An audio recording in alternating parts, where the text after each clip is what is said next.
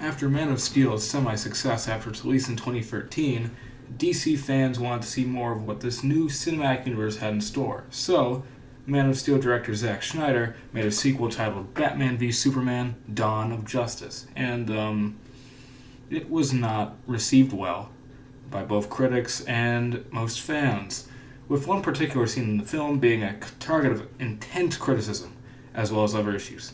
I personally really enjoyed this movie, but I do see the issues that I oversee in this movie. Like the fact that Batman and Superman team up for a seemingly stupid reason, Batman fucking murders people, and its villain is mediocre at best. But there are still a lot of things I enjoy about this movie. I'm going to talk about all these things in this video today. Remember that this is just my opinion, so please don't hate crime me if this opinion isn't yours. The first thing we're going to talk about is a brief overview of the overall plot of Batman v Superman: Dawn of Justice. Let's get into it. Bruce, it's been 5 years. You still owe me $16. Fuck off. Batman v Superman: Dawn of Justice takes place around 2 years after the conclusion of Man of Steel. It follows, as you'd imagine, both Batman and Superman, with Superman dealing with the consequences of his actions in Man of Steel, like how he destroyed an entire city while fighting General Zod, and also trying to prove to the world that he is still a hero rather than a threat to Earth. While Batman is very angry at Superman for all the destruction he's caused and wants to try to put a stop to Superman before he gets out of control. And while this is happening, Lex Luthor also kind of tries to reveal to the world that Superman isn't what he says he is. There are also other plot lines with Lois Lane and other smaller characters, but Batman, Superman, and Lex's stories and goals are the most prevalent to the film. So we're going to talk about those first. First, let's start off with the story of the Man of Steel himself, Superman, and his place in this movie. Well, I believe in truth, but I'm also a big fan of justice. Superman in this movie, played once again by Henry Cavill, is much more contained in this movie. In Man of Steel, he was a very emotionally charged character, with his actions being very emotionally created, and his heroics being very destructive and uncontrolled in Man of Steel. These actions causing a lot of destruction and property damage. This is one thing I think would be accurate if two god-like beings like Superman and Zod were to do battle, they'd level a city during their fight, and not really care about it until Superman realizes afterwards. And also this probably being because Superman is younger and more reckless, which resulted in this very emotional and destructive behavior he exhibited in Man of Steel, even if it is for a good cause. But this was one thing people who watched Man of Steel did not like about the movie. That Superman would let all these people die and destroy so much property. Like, seriously, man, that's like a lot of buildings. Instead of containing himself and minimizing casualties and trying to save as many people as possible.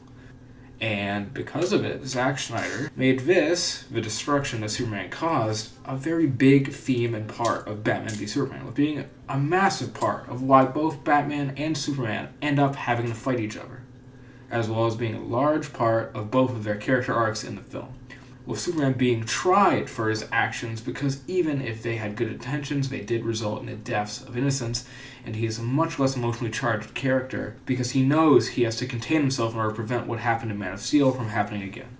But even though he is contained, he still has moments of extreme emotion, like when Lex Luthor kidnaps his mother, with Lex trying to use her as incentives so Superman will fight Batman, which leads him to fighting Batman before they both team up because of the Martha event, which we will get to later. I'm going to talk about it. The event both work together to save Clark's mother and stop Lex, but not before he can unleash Doomsday upon the world. And after a long fight with Doomsday, Superman sacrifices himself to kill Doomsday.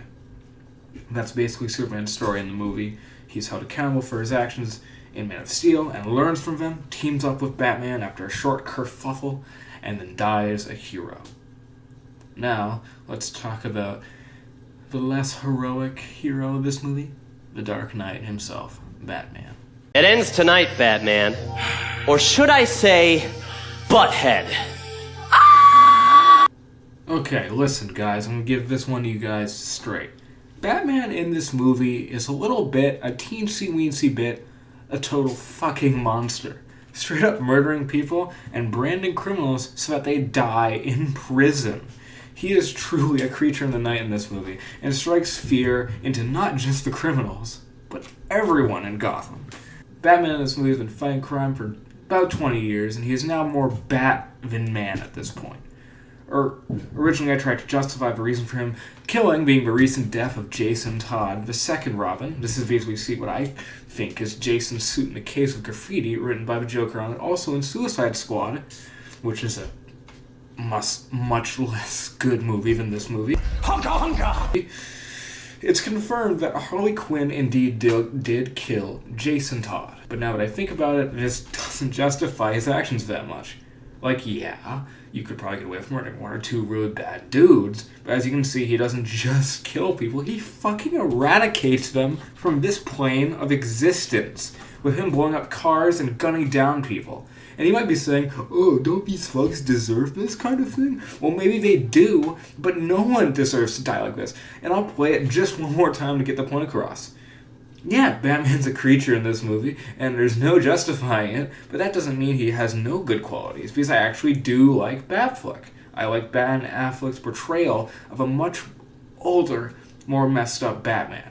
In this movie, Bruce and the Bat are two different characters. I especially like the shot of Bruce looking at the Batman cowl like he's staring a monster right in the face, because he does become one once he puts that cowl on and becomes the Batman. That's kind of what you need to scare Gotham's criminals into submission. Just don't do this to them. Okay, I'll stop it with that. Let's move on to Batman's larger part in this movie. At the start of the movie, he seemed to be in the midst of Zero Day, aka Zod's attempt to terraform Earth into a new Krypton. And he witnesses the destruction caused in their fight. And with the Metropolis Wayne Enterprises branch being destroyed by Zod's heat vision, causing the death and injury of many of his employees and friends. And as he stares at Superman flying and fighting Zod while clutching a now partially orphaned child, he stares at them with pure and utter hatred. And you know that when you see that look that there's definitely a reason for Batman to want to kill Superman. Later in this movie, he's tracking down a man known as the White Portuguese, which leads him to going to Lex Luthor's house party mansion.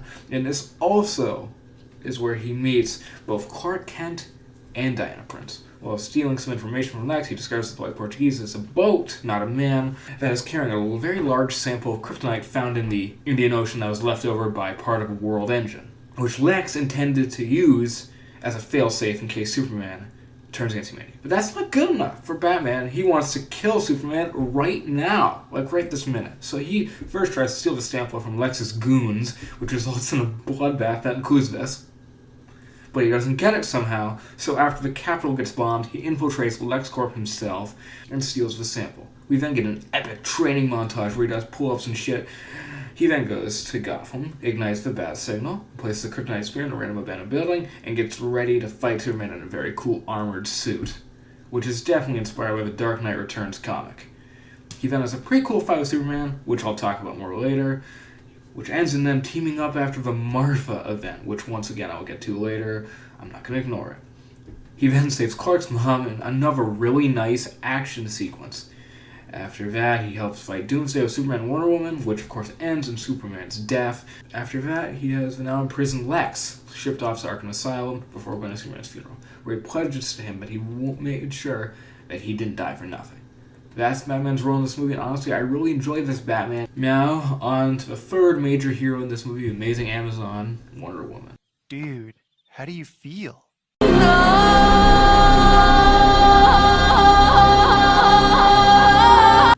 Wonder Woman, as played by Gal Gadot, is the hero with the shortest amount of screen time in this movie, with her only really being of importance in the short couple scenes and the final battle against Doomsday. Her first scenes are at Lex Luthor's house party, where she meets Bruce Wayne. Later on in the movie, after Bruce discovers her superhero identity from a picture in Lex Luthor's files, she is sent this picture among files of other metahumans, which introduces us to the Flash, Aquaman, and Cyborg, which I think is a cool scene and does a good job of introducing the three characters into this universe. After this, the next time we see her is on a plane, but she comes back to Metropolis when she sees Doomsday is on the loose on the city.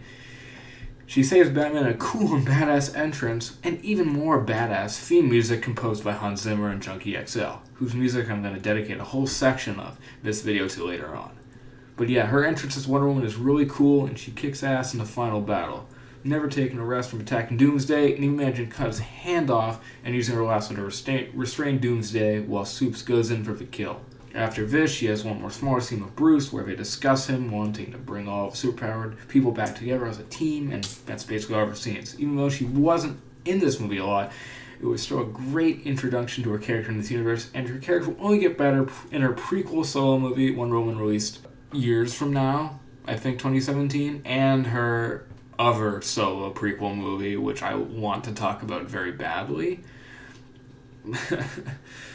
But now that I've talked about the three heroes of this movie, let's talk about the villain, Mr. Sex Luthor himself. 2 years growing, but it did not take much to push him over, actually. Little red notes, big bang, you let your family die! Mr. Sex Luthor in this universe is played by Jesse Eisenberg, an actor I liked in the Zombieland movies, and even in that weird-ass horror movie Vivarium, but this movie where he plays a younger Lex Luthor just doesn't work for me. Something about this version of Lex seems so weird and immature compared to the usually very intellectual and controlled character that Lex Luthor is. With this Lex speaking in wacky mannerisms and doing weird shit, like coming off as a creep at his own party and feeding dudes Jolly Ranchers? What the actual fuck, dude? And all this weird stuff that he does makes all the times in the movie he actually tries to be imposing just not work. The only two scenes I like from this Lex are when he's talking to the senator about the painting that he turns upside down because God, devils don't come from below, they come from the sky, you see. And when he's talking to Superman on the roof of his mom being kidnapped. But even then, it feels out of character after all this dumb, wacky stuff we've seen the man do. This character would have been so much better if they had picked a different actor, sorry Jesse Eisenberg, and gave him different dialogue that made him seem actually intelligent and could make him an actual threat. The only things he does that make him a threat are when he blows up the Capitol, which is a cool moment, and when he creates Doomsday. But that's just mostly because Doomsday is cool and badass, and not because little shit stain Lex Luthor created it. Oh god. Oh. And then after that, he just gets arrested and talks to jail before escaping, roughly 3 movies later in Justice League, where he then recruits cool Joe Manganiello Deathstroke. The only thing I like about this version of Lex that aren't the free scenes that I mentioned earlier is his amazing theme music, another banger from Hans Zimmer and Junkie XL. The music tricked younger me into liking this Lex, because this theme makes him seem intellectual yet intimidating. I love this theme a lot, and I'll talk about it a lot later in the music section, but I just really hate it. I just really hate that it's attached to this sad exclusive, the Lex Luthor CEO Sex Corp. Okay, now moving on to the secondary characters of BVS. I do like a number of the secondary characters in this movie.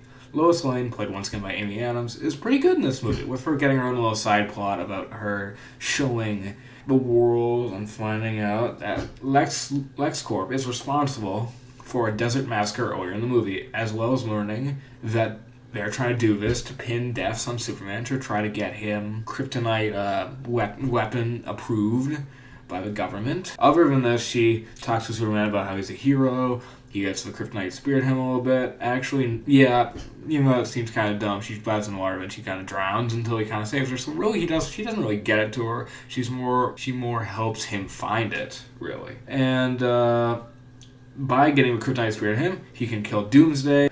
She's also one of you that initiates the fabled Martha event, which I will once again talk about later. But she's pretty good overall. Alfred in this movie is played by Jeremy Irons, and is also pretty cool, having some nice discussions with Batfleck and even opposing his mission to kill Superman. He also helps with it in the third act, so that's nice. Overall, nice portrayal of an older Alfred. Doomsday is a really cool addition to the movie, even though I do think that Lex creating Bizarro to fight Superman would have been cooler and would have made more sense. He does have some cool movements, though, and cool powers, with him being able to absorb damage and release it as a devastating energy blast. This is a cool take on his special kind of immortality in the comics, where once he gets killed, he can't be killed by the same thing twice. And he kills Superman, so he gets points for that. His look in his first film is basically a cave troll, but his second form has more trademark bone spikes and stuff, so that's kind of cool. There aren't really any other secondary characters that really interested me. Larry Fishburne was pretty good as Perry White, again. The wheelchair guy kind of went boom, so that was kind of wacky. And the dollar store version of KG Beast was pretty meh. Now, one of the cool sequences I liked from this movie. Violence is never the answer.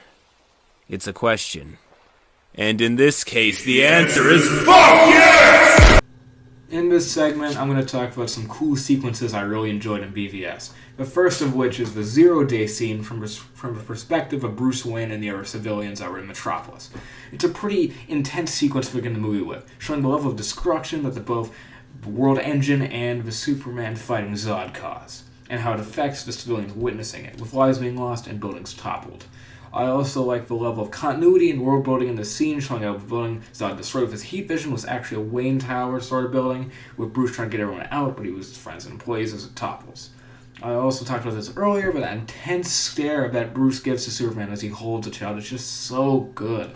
Cherry on top for this wonderful opening scene. The next scene I want to talk about is much later in the movie, the Batman v Superman fight itself. It is such a nice action scene, showing both Superman's raw power and Batman's ingenuity, with Batman having prepared many things helping him fight. The bigger things being his cool armored suit, which I think looks great, and the kryptonite gas he uses to weaken Superman so he can get some damage in. The first block punch is just so good. There are also little things you might not notice on first viewing, like how Bruce makes lead gas bombs so he can effectively blind Superman in repositioning without being vulnerable to his X-ray vision, as lead is the only thing Superman cannot see through. Another small detail is that he studied Zod's fighting style from the footage of their battle in Metropolis, even though it does kind of look like it's just footage from Man of Steel played on a little TV. But he did that so he can succeed in countering Superman's moves. This on top of one of the pretty solid action beats and dialogue makes a very epic Batman v Superman fight. The third and my personal favorite sequence will have to be the Batman warehouse fight scene, which happens a little bit after the actual Batman v Superman fight. This happens right before he saves Superman's mom from great value KG Beast. This fight scene really showcases the brutality of Batfleck and also shows off some cool gadgets. Some parts I like in this scene are when Batman kind of gets overwhelmed for a moment, with the goons actually grabbing his cape and keeping him down before stabbing him. This shows that these henchmen are actually smart. And I also like fight scenes where the protagonist in the fight isn't invincible. With them sweating in the equals of Batman and his cape, they just pull on it, they knock him down. He really should have listened to Edna Mode on that one. Another part I like is how fucking brutal Batfleck is, with him stabbing people in front of the box set and kill them, which I don't 100% agree with, but I've already talked about that. But it's okay, because it's cool. And you can't hate on the punch slam he does to that one guy, that's just awesome. And it ends with a direct homage to The Dark Knight Returns and him blowing up Bargain Bin KG Beast. Overall, pretty solid fight scene.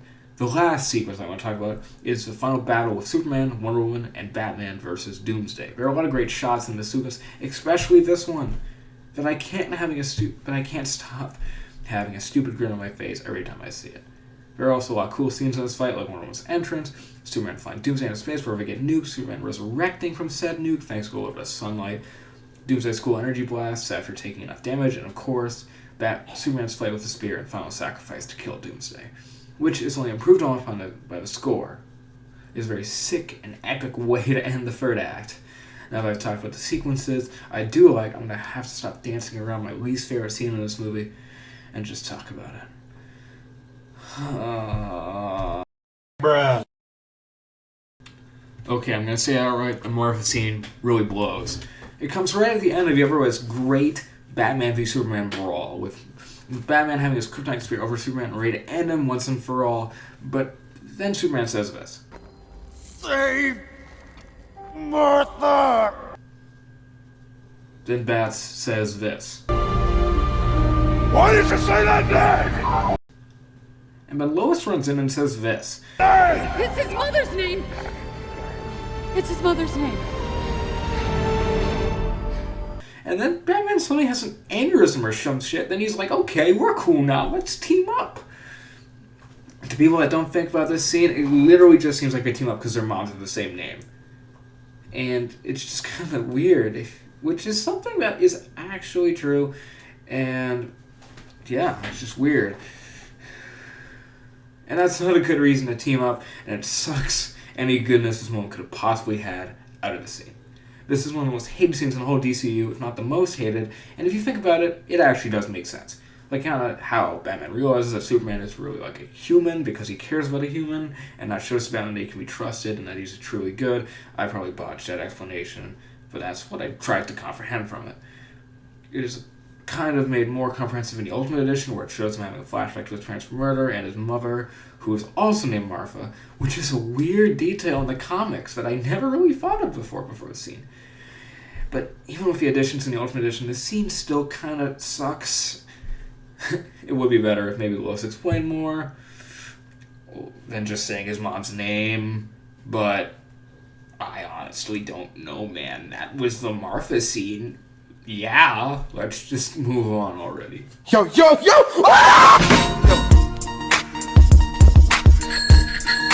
The next thing I'm going to talk about is the music of BVS. It is literally one of my favorite parts of this movie overall. There are a lot of great tracks in this score, which was composed by both Hans Zimmer and Junkie XL. All the tracks really bring a lot to the scenes they play over, but there are a few I want to talk about in this video. The first being Beautiful Lie, which plays over the opening of the movie, and the death of Thomas and Martha Wayne, as well as Bruce running through the woods before falling in a hole and getting lifted by bats like he's Dr. Michael Morbius or something. It's a really emotional piece, with it starting off slow and intensifies as the piece progresses. It's one of my favorite pieces in the film, and a great track to put over the iconic death of the Waynes, which is a scene that we've seen a million times by now.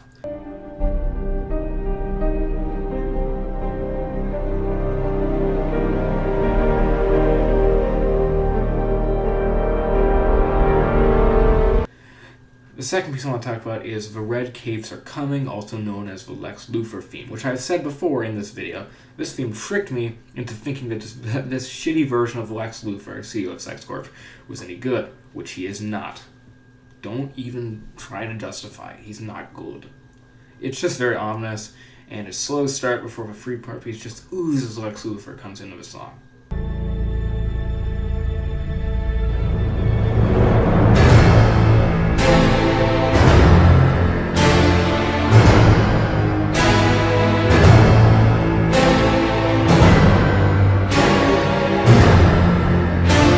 It's a very good villain theme, and I'm just sad it was given to this Lex Luthor. The third piece is Wonder Woman's theme, also known as Is She With You? This is legitimately one of the most badass character themes in the DCU, and it's just very cool in general. Such a great theme for Wonder Woman. It's so intense and loud and perfectly complements this more battle-ready Wonder Woman.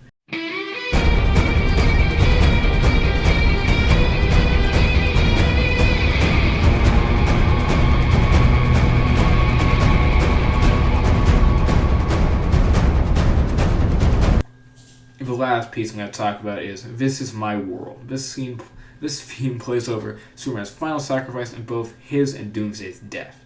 It's a somber starting theme as he fights for Doomsday before becoming more and more powerful and triumphant as he kills Doomsday and he dies as well. Surely a great send-off theme for Superman, even if he was brought back to life like 3 movies later.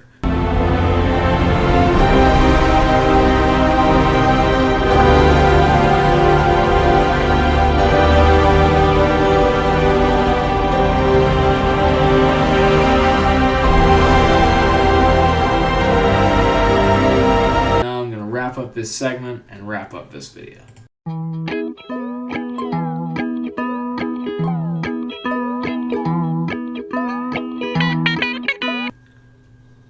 Now I'm going to put in my closing words for this video.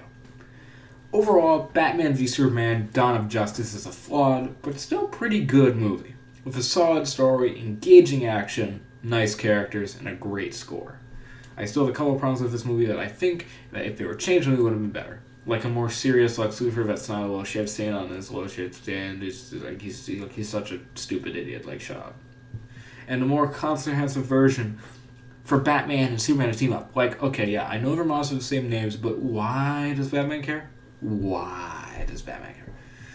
But as it is, I enjoy this movie as the movie it is, and I think it's a nice second chapter for DCU after the triumphant beginning that it had with Man of Steel. I'm sorry if this video was really short. This is my first time doing something like this, so yeah, I'm going to do more. That's my video on BVS, and that'll be all for the day. Goodbye.